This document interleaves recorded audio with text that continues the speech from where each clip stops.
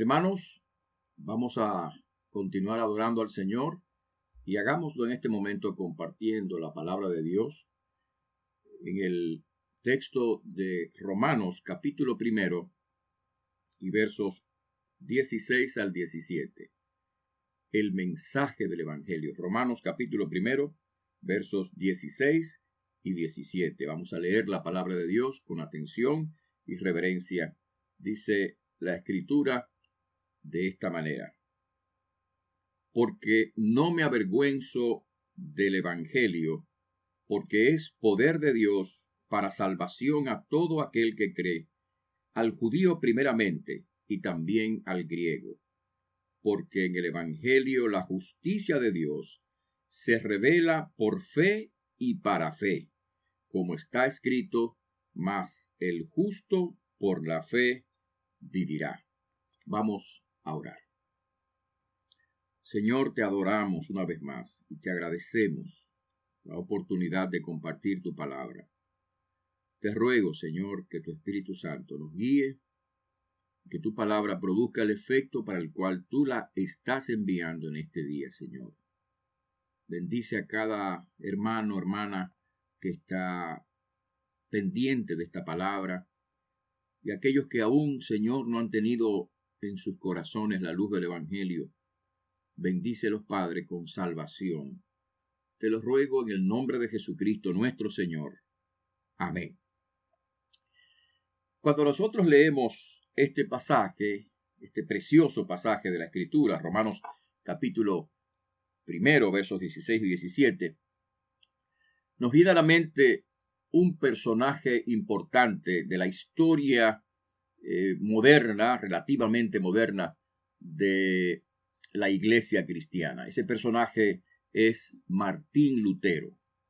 Martín Lutero fue un hombre que perteneció en su niñez a un hogar modesto de Alemania, cuyo padre era un hombre dedicado a la minería y que hizo todos los esfuerzos posibles para que su hijo tuviera una buena educación, formación escolar, una buena educación académica.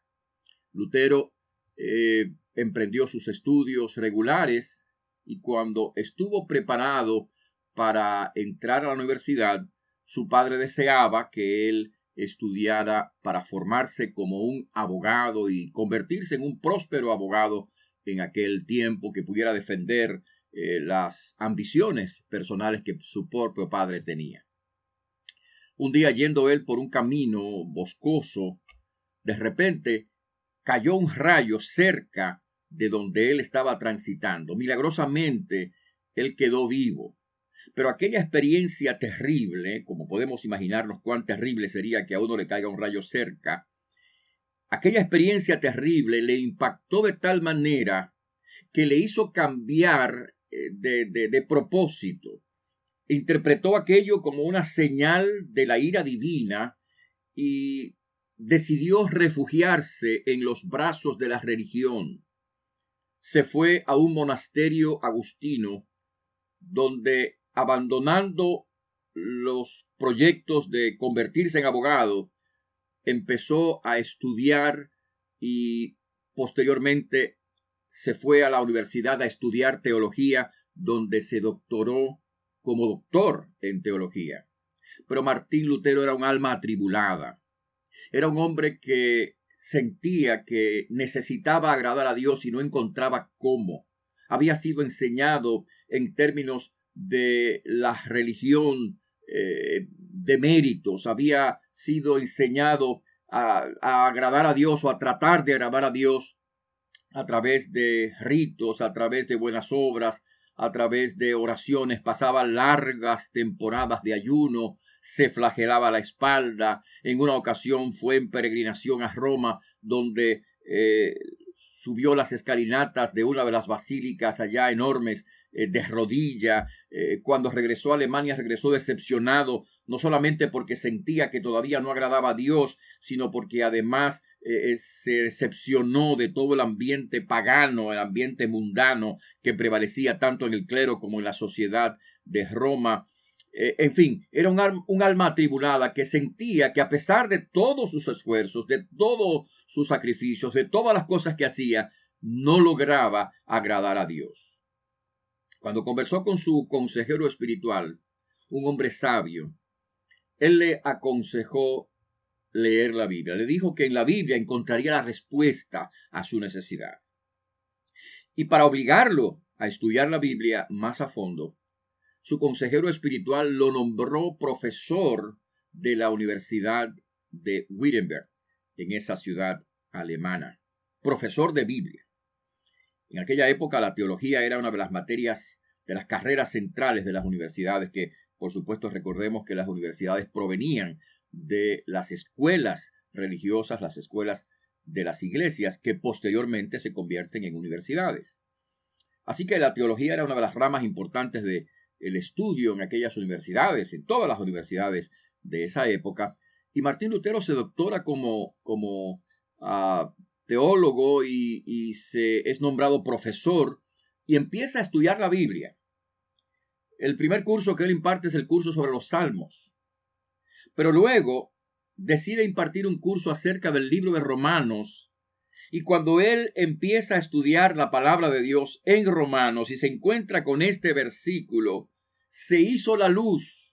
Finalmente él pudo entender lo relativo al mensaje del Evangelio. Él pudo entender cómo nosotros los hombres, siendo pecadores, podemos llegar a agradar a Dios, podemos ser aceptados delante de Dios.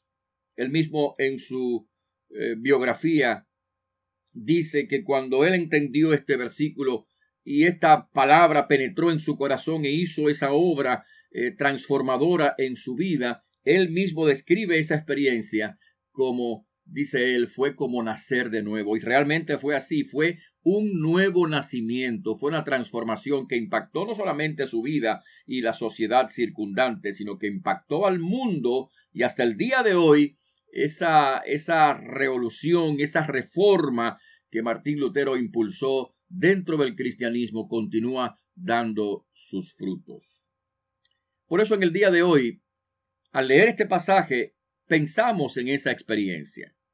Pero más que pensar en esa experiencia, anhelamos que cada uno de los hermanos, amigos que está escuchando y viendo este mensaje sea igualmente impactado por lo que dice la palabra de Dios, sea impactado por el mensaje del Evangelio, porque este pasaje habla y nos da algunas características importantes del mensaje del Evangelio que pueden tener la respuesta a tu necesidad espiritual, que pueden tener la respuesta a tu situación espiritual. Tal vez también te estás preguntando cómo continuar agradando a Dios. Quizás eres una persona con buenas intenciones, vinculado a la religiosidad popular, que está haciendo esfuerzos por agradar a Dios, pero aún sientes un vacío en tu alma. No encuentras todavía la respuesta, aquello que satisfaga tu corazón, ni encuentras la conciencia de que realmente, a pesar de tus buenas obras, de tu sacrificio, de todas las cosas que haces, de que en realidad estés agradando a Dios, ni de que tú seas en realidad aceptado delante de Dios. Esta porción que estamos leyendo en este día, en esta mañana, esta porción nos da la respuesta, nos habla acerca del mensaje del Evangelio. Y yo quisiera que me acompañaras en la reflexión de esta escritura para que veas cuáles son las características, cuáles son los elementos que este pasaje nos da acerca del mensaje del Evangelio, para que entendiendo esto también puedas tú tener una experiencia personal de transformación y de salvación. Así que acerquémonos a la palabra de Dios y consideremos el mensaje del Evangelio. Consideremos lo que dice esta porción de la Escritura acerca del mensaje del Evangelio. Porque este texto nos dice que el mensaje del Evangelio es poder de Dios. Simplemente, llanamente, el mensaje del Evangelio es poder de Dios. Porque no me avergüenzo del Evangelio, porque es poder de Dios. El mensaje del Evangelio es poder de Dios. Cuando el apóstol San Pablo escribe estas palabras, él sabe que aquellos lectores originales de su carta entenderían perfectamente de qué él está hablando, porque él está hablando de evangelio. Y la palabra evangelio era una palabra que se empleaba en el uso corriente de aquella época, en el lenguaje corriente de aquella época, para referirse a unas buenas noticias acerca de, por ejemplo, la victoria en una batalla, buenas noticias acerca de una guerra que había sido vencida. Así que cuando Pablo está hablando del evangelio, está hablando acerca de unas buenas noticias. ¿Y acerca de qué buenas noticias está hablando Pablo? El evangelio es buenas noticias, pero buenas noticias acerca de qué.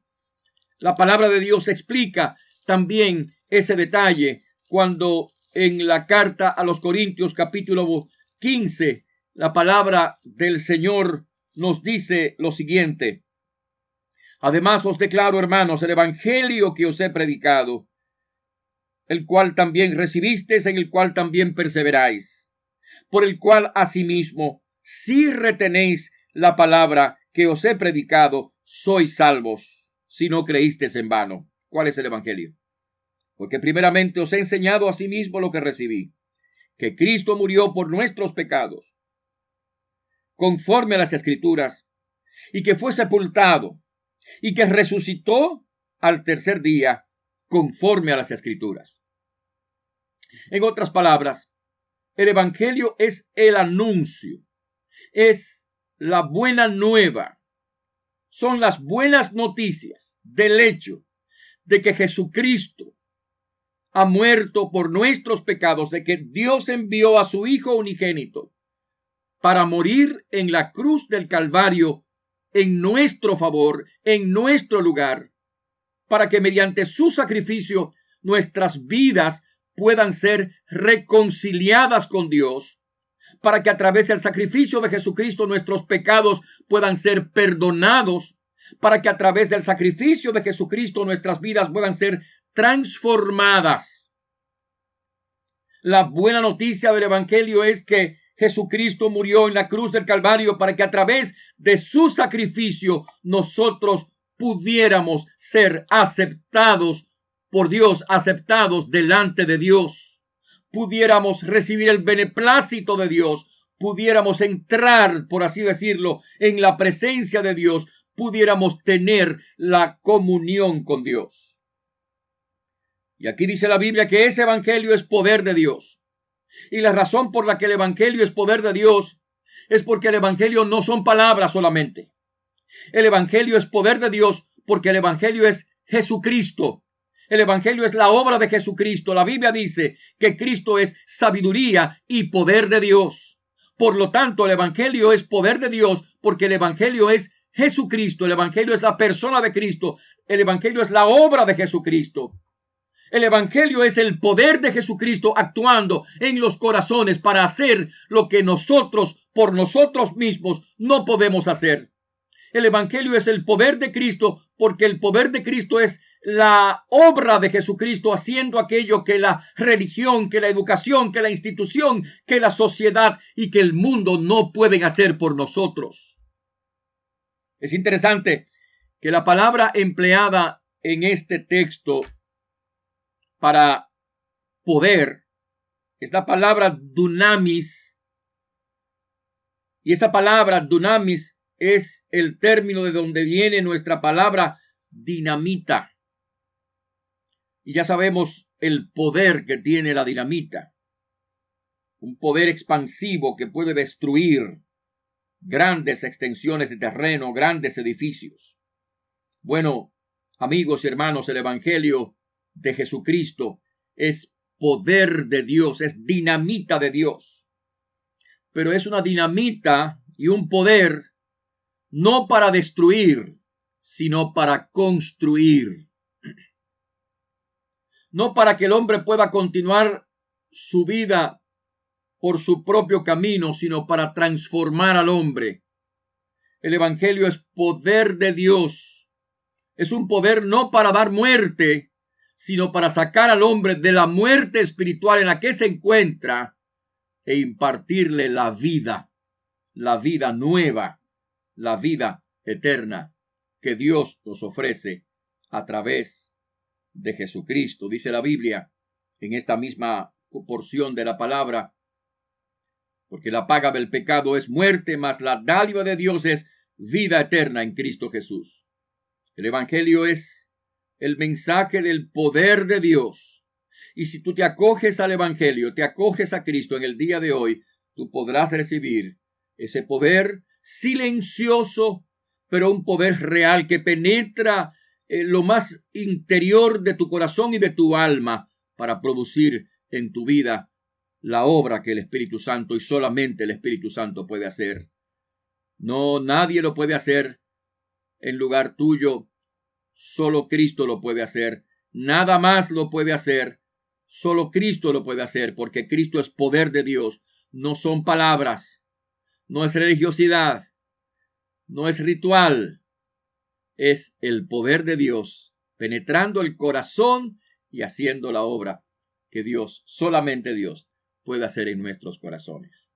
Así que el Evangelio, el mensaje del Evangelio es el mensaje del poder de Dios. En el día de hoy te invito en el nombre de Jesucristo, abrázate a Cristo, abrázate al mensaje del Evangelio y verás la diferencia en tu propia vida. Justamente eso fue lo que produjo la gran respuesta en la vida de Martín Lutero, y eso es lo que ha producido la vida en la respuesta, la transformación en la vida de millones de personas. En el día de hoy tú puedes también tener la misma experiencia. Pero además este pasaje nos dice que el mensaje del Evangelio no solamente es poder de Dios, el mensaje del Evangelio es poder que justifica o poder que imparte justicia, la justicia de Dios. Note usted lo que dice la palabra. Lea conmigo el verso número 17. Dice, porque en el Evangelio la justicia de Dios se revela por fe y para fe, como está escrito, mas el justo por fe vivirá, mas el justo por la fe vivirá. El Evangelio, repito, dice la palabra, es poder que imparte justicia, porque dice, porque en el Evangelio la justicia de Dios se revela por fe y para fe. La gran preocupación de Martín Lutero era precisamente el tema de la justicia de Dios, porque él concebía la justicia de Dios, y cada vez que la Biblia habla de la justicia de Dios, él la concebía, como en efecto puede concebirse, como uno de los atributos de la persona de Dios. Y efectivamente la Biblia dice que Dios es justo, que Dios es un Dios de justicia. Pero por lo mismo, Martín Lutero pensaba que Dios, al ser un Dios de justicia, exige justicia a los seres humanos, y que por lo tanto, por cuanto los seres humanos no colman la medida de la justicia de Dios, están sujetos a la ira de Dios, están sujetos a la condenación. Efectivamente, eso es verdad. Cuando la Biblia habla de la justicia de Dios, está hablando de esa pureza, de esa rectitud, de esa perfección de Dios, que también se demanda de su criatura, de sus criaturas, los seres humanos. Pero los seres humanos no pueden colmar la justicia de Dios. Los seres humanos no pueden llegar a la medida de la justicia de Dios. Así que aquello atormentaba a Martín Lutero y debería preocuparnos a nosotros también. ¿Por qué? Porque la Biblia dice que no somos justos. La Biblia dice que, y lo leo literalmente aquí en Romanos capítulo 3, versículo número 10, dice, como está escrito, no hay justo ni aun uno. Pero no solamente la Biblia dice que no hay justo ni aun uno, sino que más bien dice la palabra de Dios que todos somos pecadores, por cuanto todos pecaron.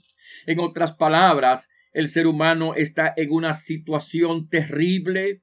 El ser humano está en una situación desesperada porque es pecador, porque es injusto, porque no colma la justicia de Dios. Aún la palabra de Dios dice por medio de los labios del profeta Isaías que nuestras justicias son como trapo de inmundicia delante de los ojos de Dios. Es decir, nuestras mejores bondades a menudo están transidas, están penetradas por la maldad, por el pecado, por la rebelión, por el orgullo, por la vanidad.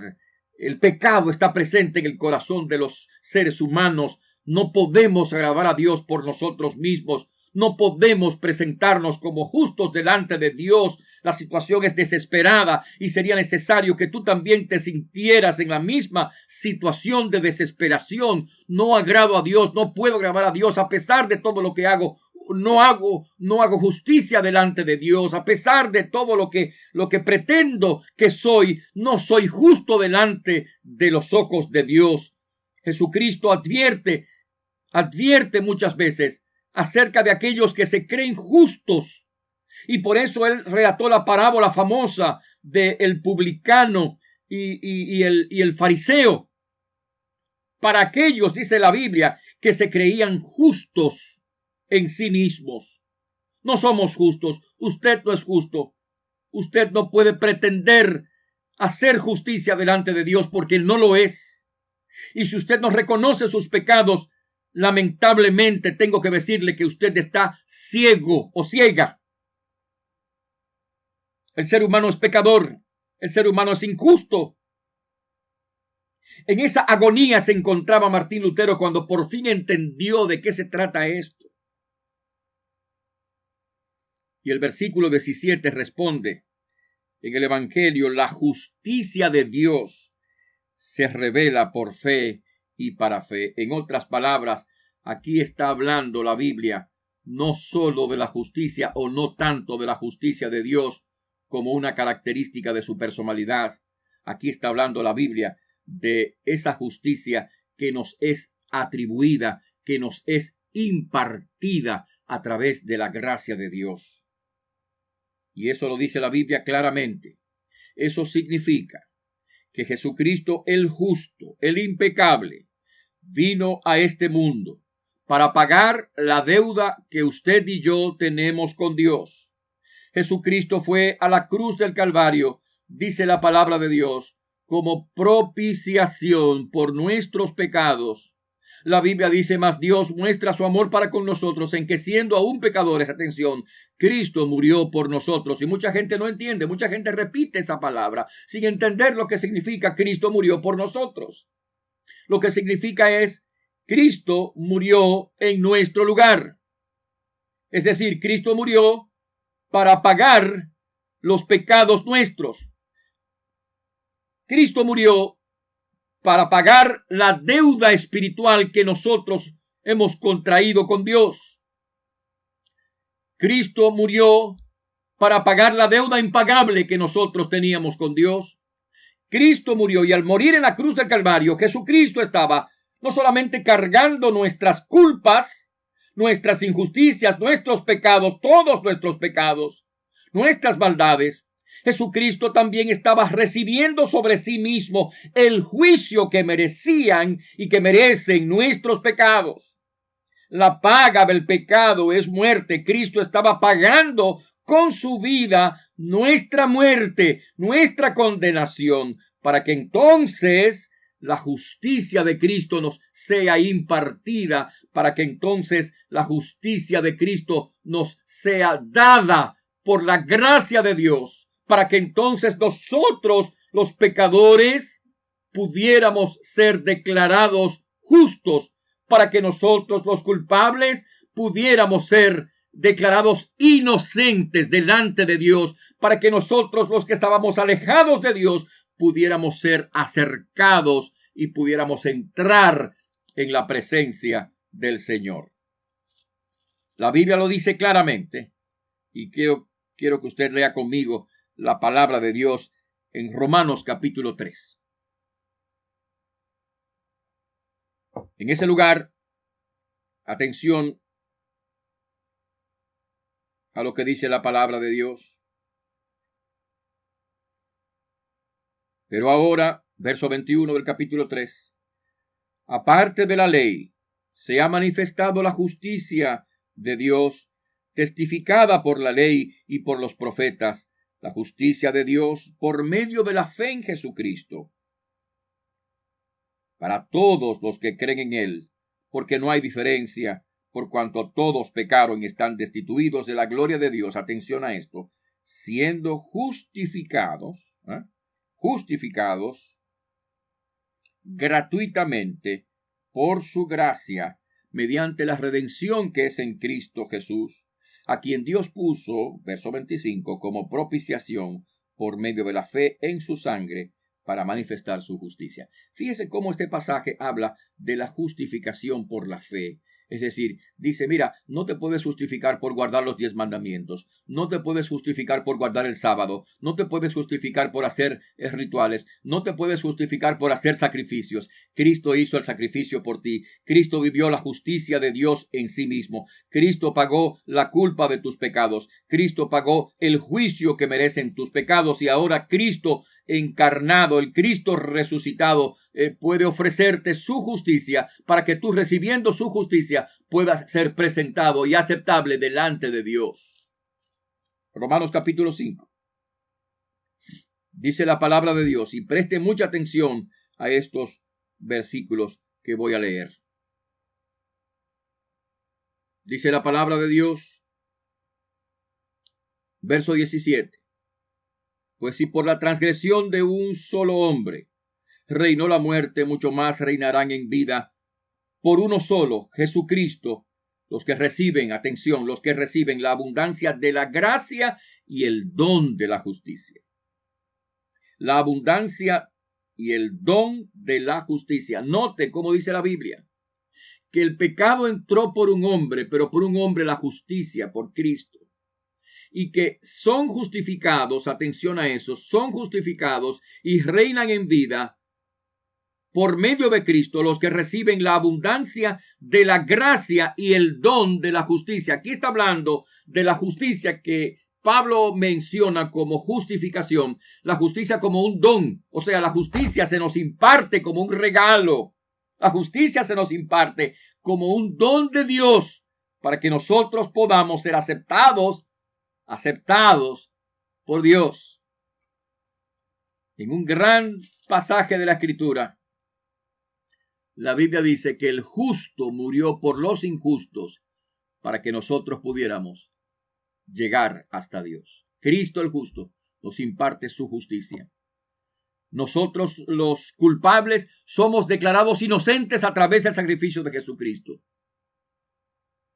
Y alguien dirá, bueno, pero ¿no es eso algo injusto a final de cuentas? ¿Cómo el culpable es declarado inocente? Bueno, es declarado inocente porque alguien asumió su culpa y murió en su lugar. Hay una historia que yo conté hace muchos años cuando estaba exponiendo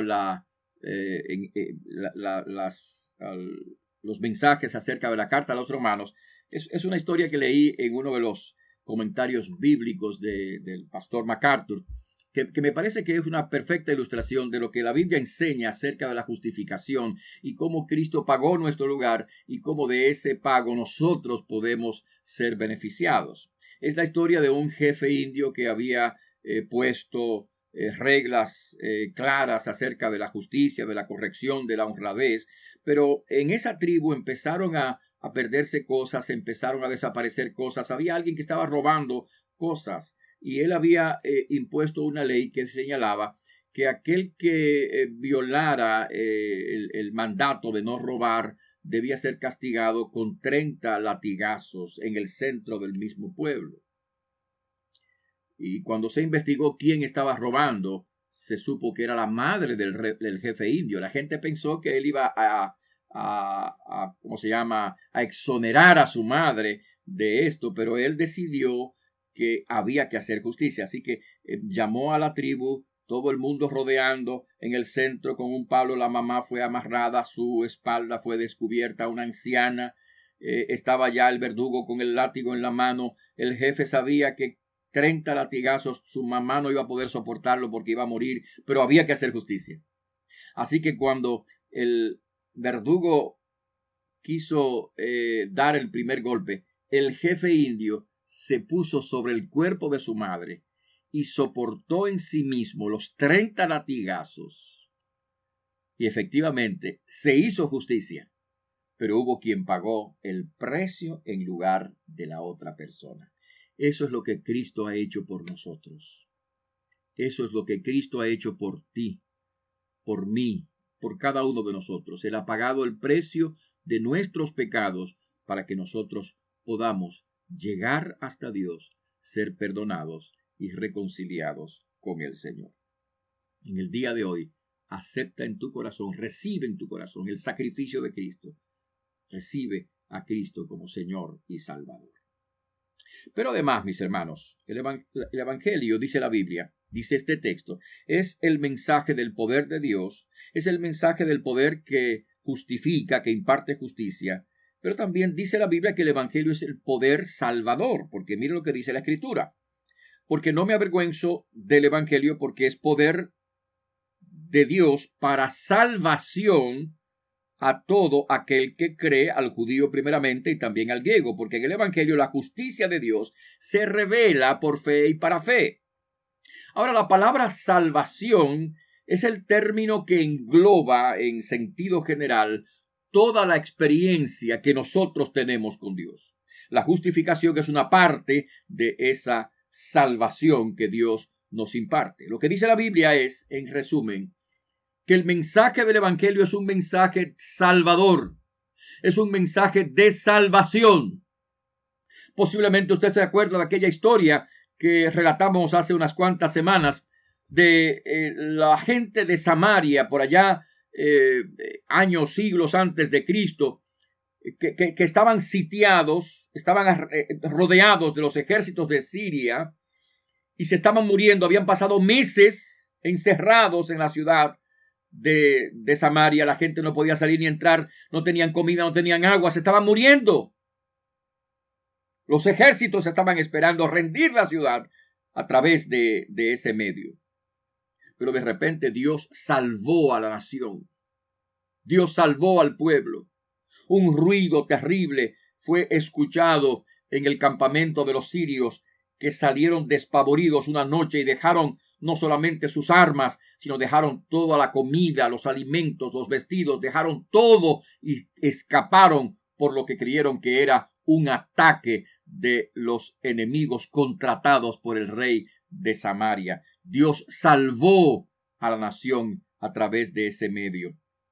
Pero estos leprosos que estaban allí en la puerta fueron la clave del asunto. Llegaron hasta el campamento pensando que podían haberlos matado o que podían perdonarlos, y se dieron cuenta de que allí no había nadie, de que allí estaban todos esos despojos, toda la comida que podía alimentar la nación entera, la ciudad entera. Y empezaron a comer, empezaron a guardar cosas, empezaron a vestir, en fin. Pero de pronto uno dijo, no estamos haciendo bien, hoy es día de salvación. Y nosotros callamos, y fueron y le comunicaron al pueblo lo que había pasado, y el pueblo salió de la ciudad y todos pudieron comer de aquella comida que habían dejado el ejército de Siria y pudieron salvarse. Pero el tema es el siguiente. Este hombre dijo, hoy es día de salvación, y hoy es día de salvación porque Cristo murió en tu lugar. Tú no tienes que perecer, tú no tienes que ser condenado para siempre. Jesucristo murió en tu lugar. Jesucristo pagó el precio de tus pecados. Por lo tanto, hoy es día de salvación. Porque Cristo vino, dice la Biblia, a buscar y a salvar lo que se había perdido. Jesucristo vino para darte salvación.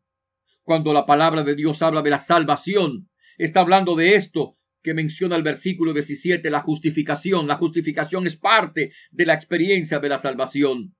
Pero la experiencia de la salvación abarca todo lo que la palabra de Dios dice. La experiencia de la salvación abarca la transformación que Cristo hace en nuestros corazones. Cuando Cristo viene a nuestro corazón y nos justifica, nos imparte justicia, no nos deja iguales. Como hemos dicho, el poder del Evangelio es un poder transformador.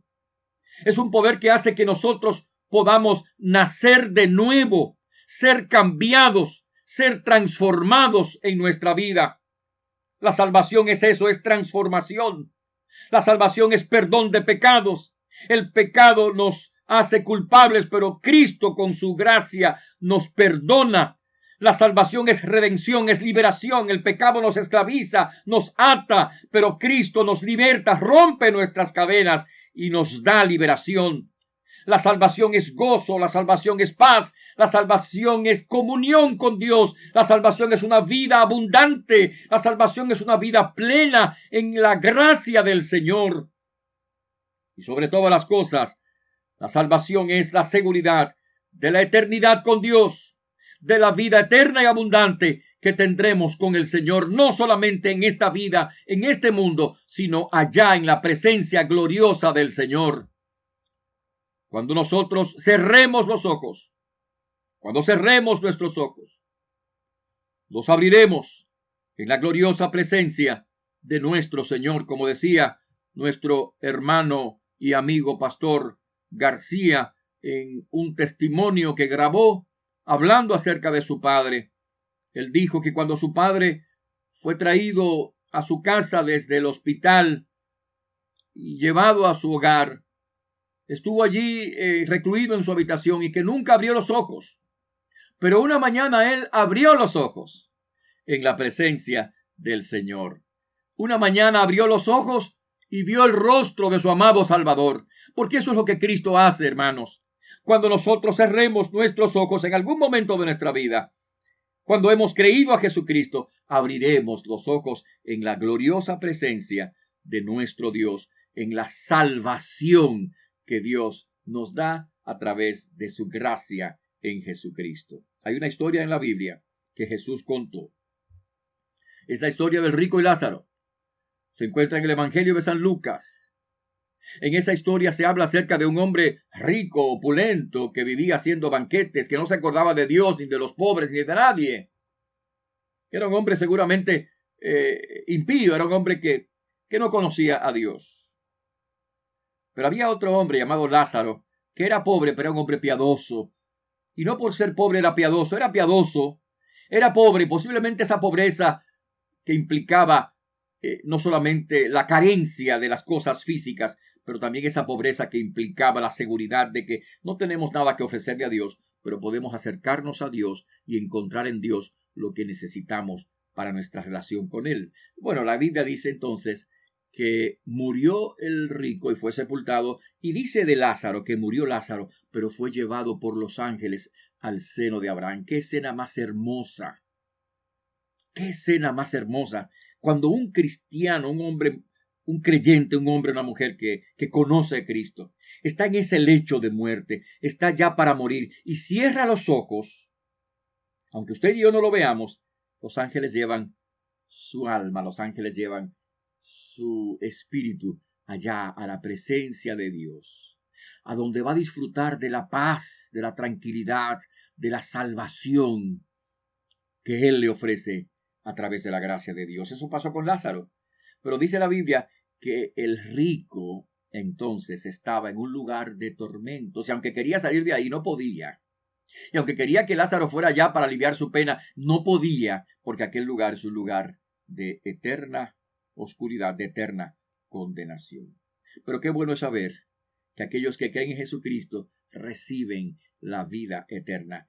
Qué bueno es saber que la Biblia describe ese cielo como un lugar donde no habrá llanto, ni dolor, ni enfermedad, ni muerte, ni todas las cosas terribles que hay en este mundo, que es un lugar de gozo, de alegría, de paz. Cuando estaba muriendo el gran evangelista Moody, estaba mirando con sus ojos allí en la cama a aquella gloria, y él dijo: oh, si esto es la muerte, qué dulce, qué dulce. Él estaba mirando la gloria de Dios en el momento final de su vida, y cuando cerró los ojos seguramente llegó a esa gloria de Dios en la presencia del Señor. Oh, sí, por medio de Cristo somos salvos. El Evangelio es el mensaje del poder salvador de Dios.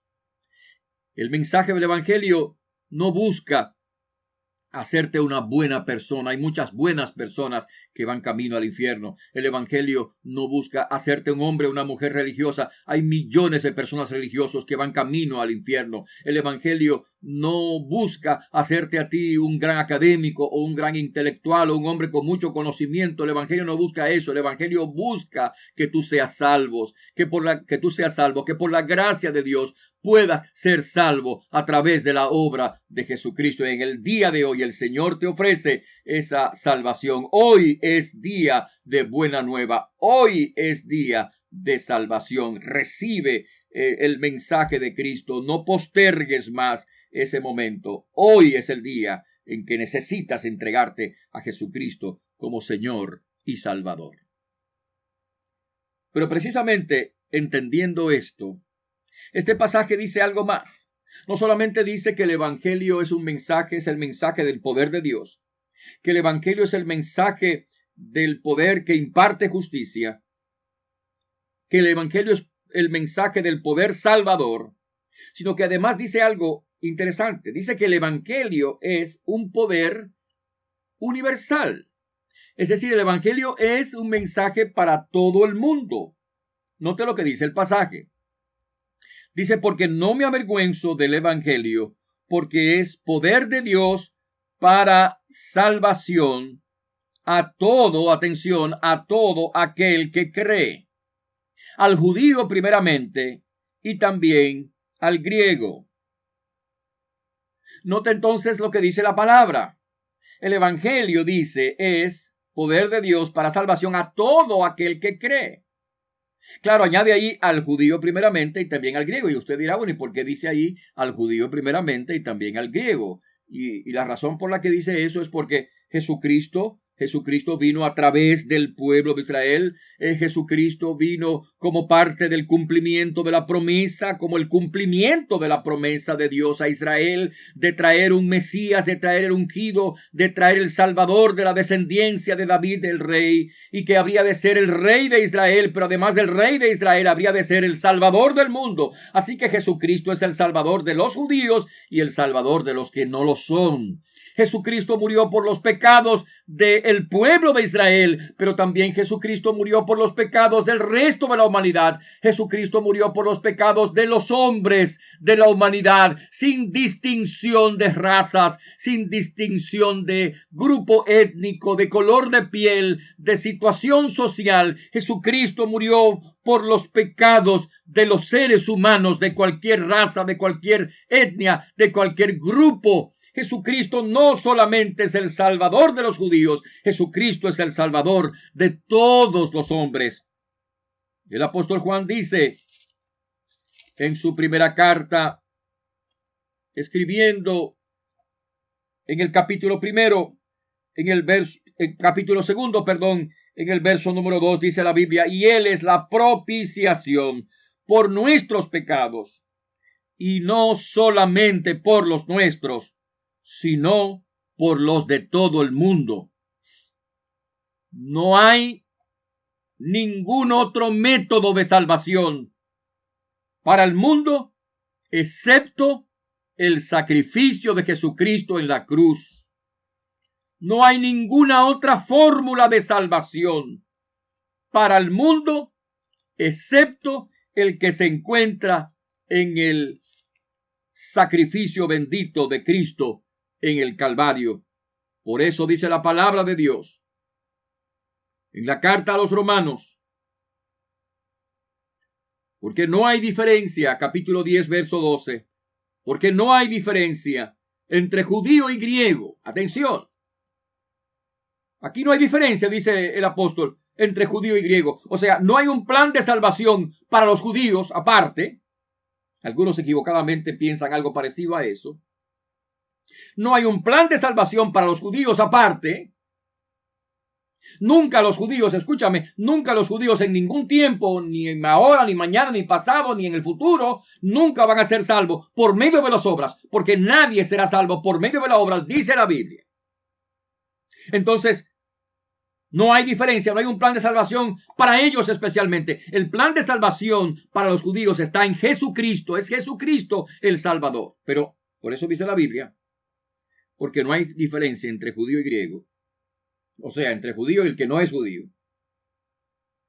Pues el mismo, atención, que es Señor de todos es rico para con todos los que le invocan. Dios es rico para con todos los que le invocan, no importa quién sea, no importa de dónde sea, no importa de qué pueblo sea, no importa de qué raza sea, no importa de qué etnia sea, no importa de qué clase social sea, no importa de qué color de piel sea, no importa de qué lengua sea. Él es rico para con todos los que le invocan, porque todo aquel, atención, que invocar el nombre del Señor será salvo.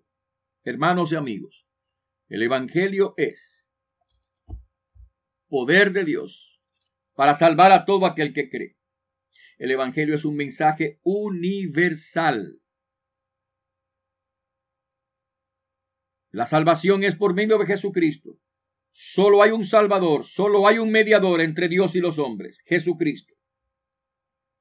Si los musulmanes, los árabes musulmanes, serán salvos, si ellos van a ser salvos, lo serán a través del Evangelio de Jesucristo, no a través de Mahoma, no a través de los principios de su religión islámica, lo serán a través del plan de Dios para salvar a todo aquel que cree. La salvación para los árabes, para los musulmanes, está en Jesucristo. La salvación para los judíos está en Jesucristo. La salvación para los hindúes, los de la India, que además profesan el hinduismo, una religión que tiene millones de dioses. La salvación para ellos no está en ser buenos hinduistas, ni buenos budistas para los chinos, o buenos taoístas para los japoneses, o buenos animistas para los africanos, o buenos idólatras para los latinos. La salvación está en llegar a Jesucristo, porque el plan de Dios para la salvación de los hombres es Cristo Jesús. En cualquier lugar, en cualquier país, en cualquier raza, en cualquier cultura, en cualquier grupo étnico, la salvación está en Jesucristo. Dice la palabra de Dios, y en ningún otro hay salvación, porque no hay otro nombre bajo el cielo dado a los hombres en quien podamos ser salvos. Solo somos salvos en Jesucristo. El mensaje del poder de Dios, el mensaje del Evangelio, es un mensaje universal. Por eso dice la Biblia que delante de Dios, dice la palabra, para fines de la salvación. Dice la Escritura Sagrada, hablando acerca de la obra que Dios ha hecho a favor de los hombres.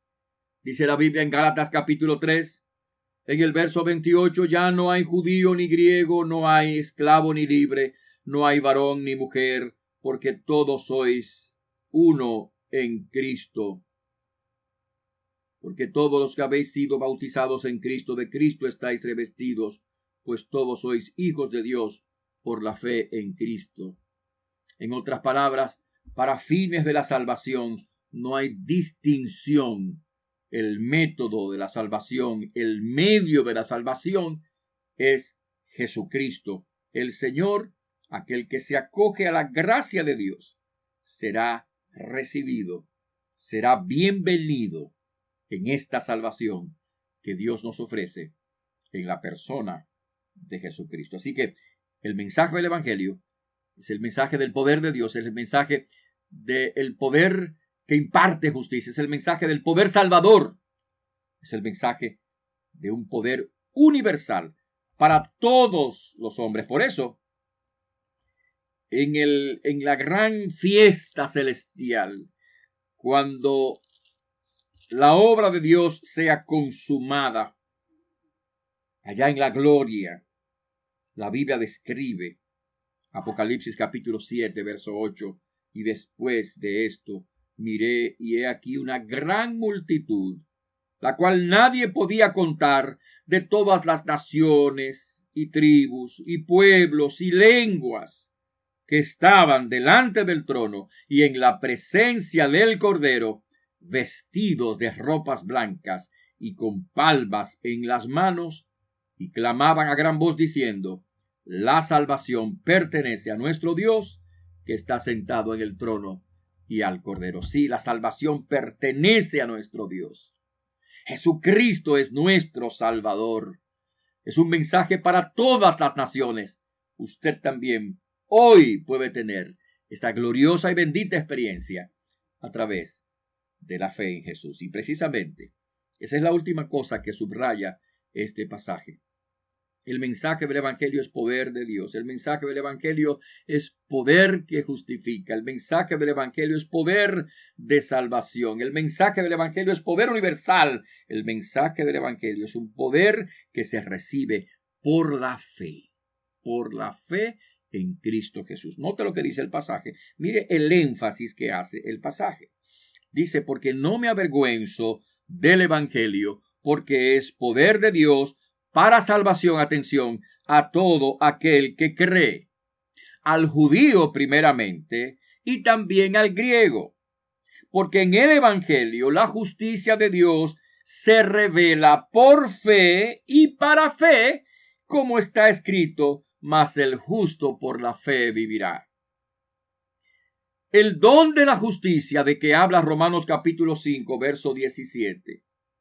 El don de la justicia, el regalo de la justicia, se recibe por la fe en Cristo. El regalo de la salvación se recibe por la fe en Jesús. No se recibe por las obras. Se recibe por la fe en Jesucristo. Por favor, note conmigo el énfasis de nuevo que hace Romanos capítulo 3. Dice la Escritura, siendo justificados,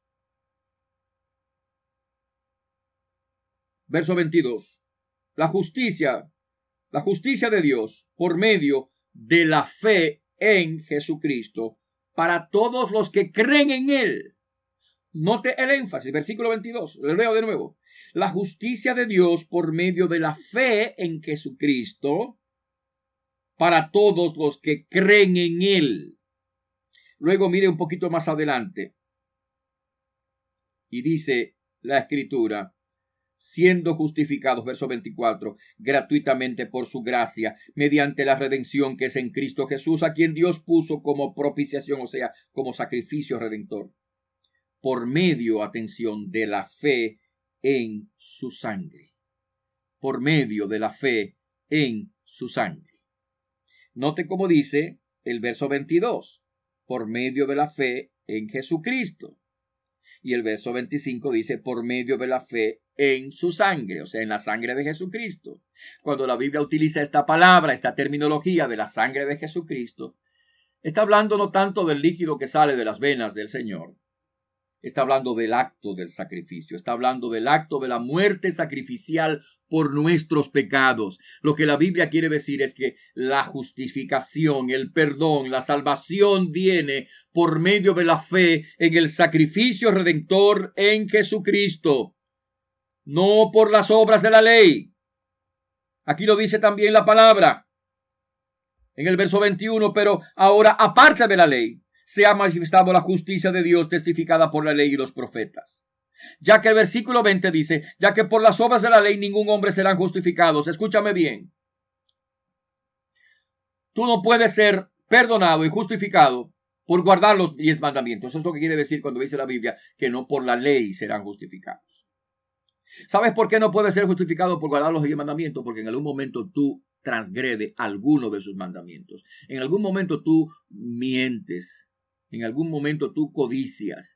En algún momento tú sientes rencor o rabia contra tu prójimo. Y Jesús dice que aquel que siente esa rabia contra su prójimo es culpable de violar el mandamiento. En algún momento tú eres culpable de adulterio, no solamente porque te acostaste con una mujer, o no tanto por eso, sino porque la deseaste, porque la miraste y sentiste deseo en tu corazón. Y Jesucristo dice que el que mira a una mujer para codiciarla en su corazón, ya adulteró con ella. Y por supuesto, el adulterio a través de los ojos puede ser también posible por medio de la mujer.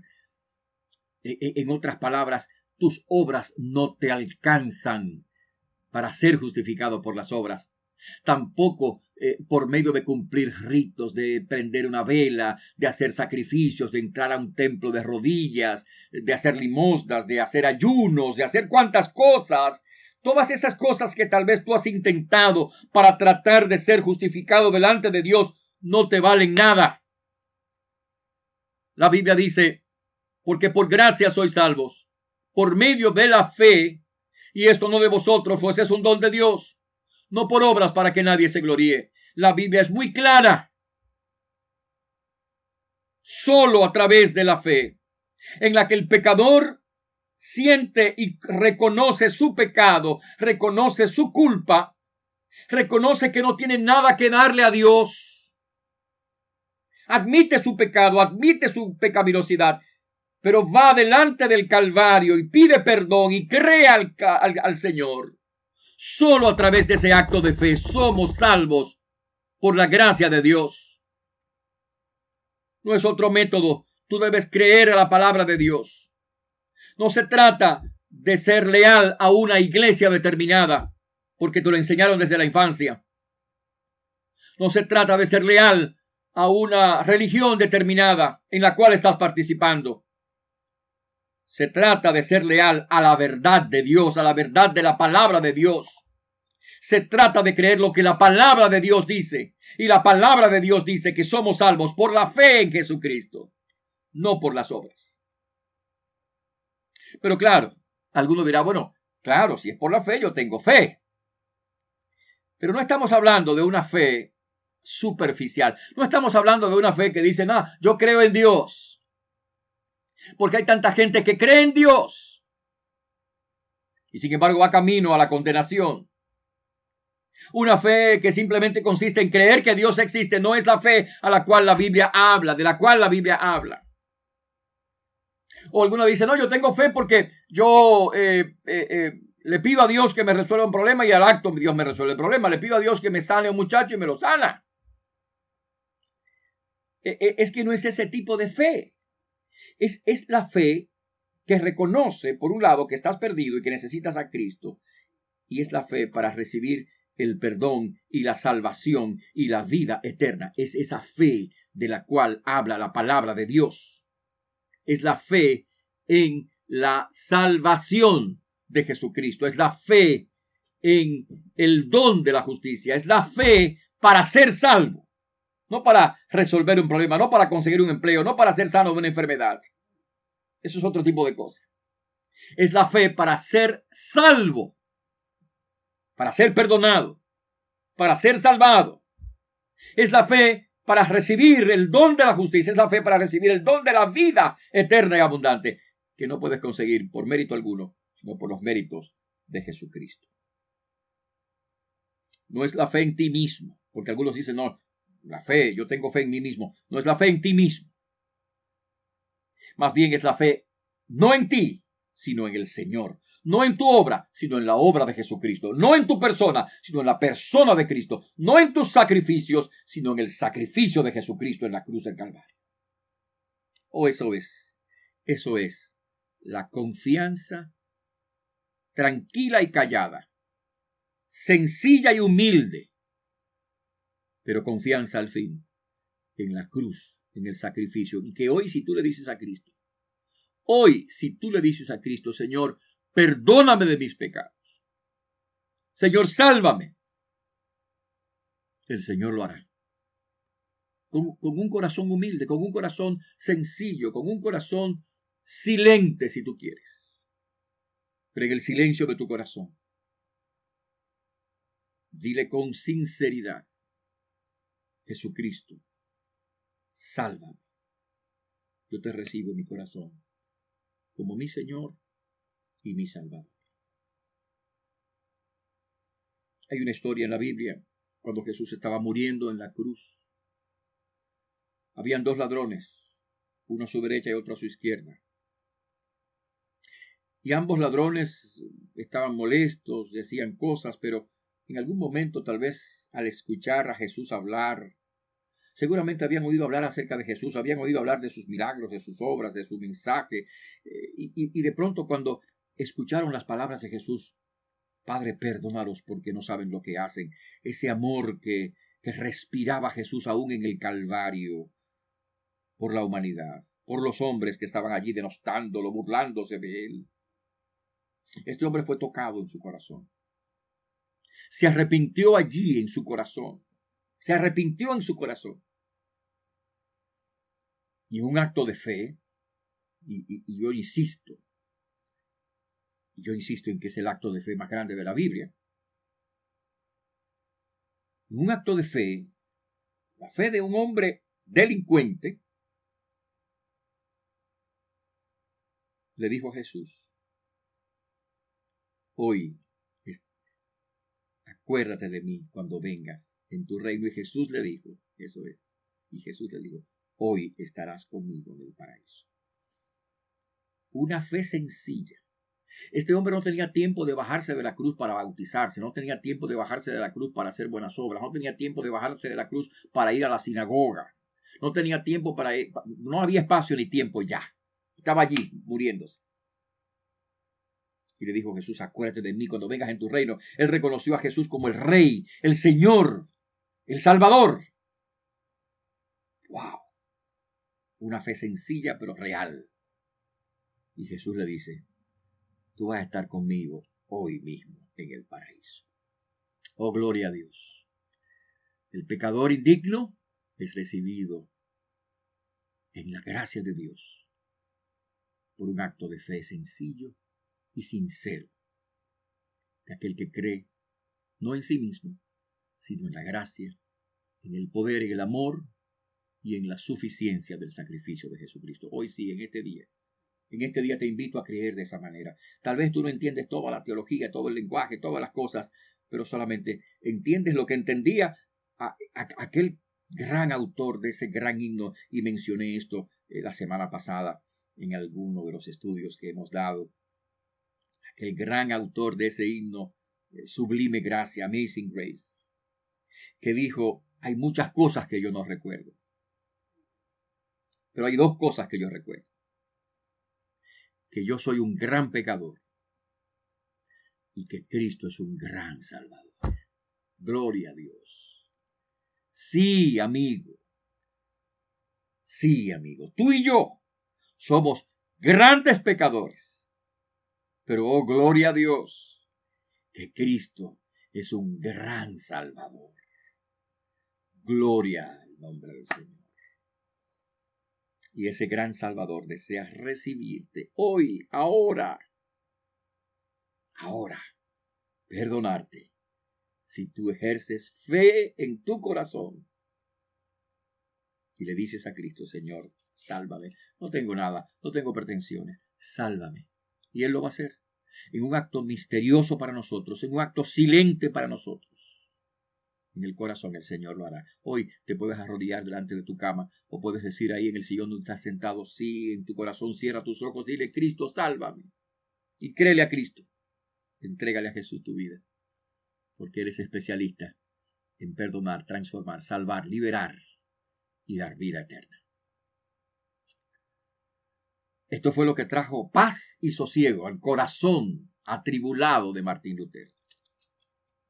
El monje agustino, que no encontraba cómo agradar a Dios hasta que llegó a esto, y se hizo la luz en su corazón. Acuérdate que Jesús dice: yo soy la luz del mundo. El que me sigue no andará en tinieblas. Escúchame, las tinieblas del pecado, las tinieblas de la duda serán despejados. Las tinieblas del enemigo de Satanás serán despejados. Las tinieblas de una religiosidad tenebrosa y oscura e ineficiente serán despejadas. Y Jesucristo hará la luz en tu corazón, así como la hizo en el corazón de Martín Lutero, que encontró ya por fin la paz, el sosiego en la gracia justificadora de Dios. Así la ha hecho en mi vida, en la vida de miles y millones de personas, y la podrá hacer en este día de una forma silente pero real en tu corazón. Recibe a Cristo, y recibiendo a Cristo por la fe, recibirás el don de la justicia, la vida eterna, la salvación por su gracia. Que Dios te bendiga. Te invito para que hoy tomes esta decisión allí donde tú estás e invoques a Cristo en tu corazón Es un acto entre tú y Dios. Y el Dios que está oyendo y viéndote recibirá tu oración y hará lo que por la gracia solo Él puede hacer, salvarte por toda la eternidad. Que Dios te bendiga y que así sea.